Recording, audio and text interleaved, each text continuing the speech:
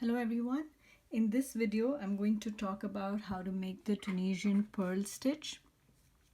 I have a foundation row here that I've already made. If you would like to know how to make this, I have a separate tutorial for that. And let's get started. So to make the Tunisian purl stitch, this is very similar to the Tunisian simple stitch in that the stitch is made in the next vertical bar, just like it is made in the Tunisian simple stitch, but the difference being that the yarn, instead of keeping the yarn at the back, we bring the yarn forward. So we start the stitch with the yarn in front of the hook, insert the hook in the next vertical bar, and then yarn over and pull through. So that makes a purl stitch. I'm going to do this throughout the row. So bring the yarn forward, insert hook into the next bar, yarn over and pull through. So I'm going to go ahead and do this for the entire row.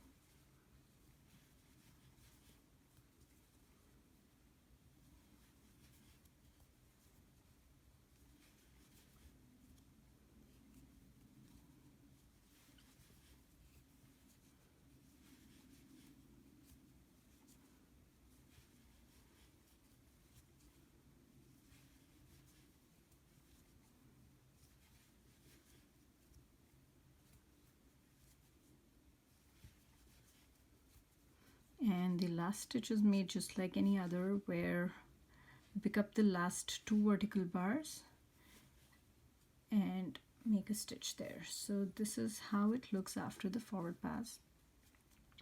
I'm going to make the reverse pass just like any other, where we chain one and yarn over, pull through two loops all the way to the beginning of the row.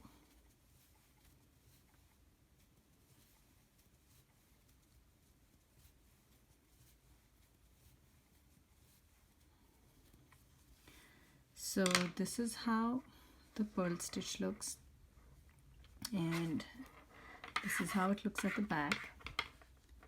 So this is a non-curling stitch, and it can be used to make, you can make a few rows of this to start your pattern, so that your project doesn't curl. This is similar to the Tunisian reverse stitch. I have a separate tutorial for that, but it's similar in how the effect is as the Tunisian reverse stitch, but they're made very differently. So if you would like to see how that looks, you can find the video in my channel. If you have any questions, please leave me a note and I will get back to you as soon as I can. Thank you.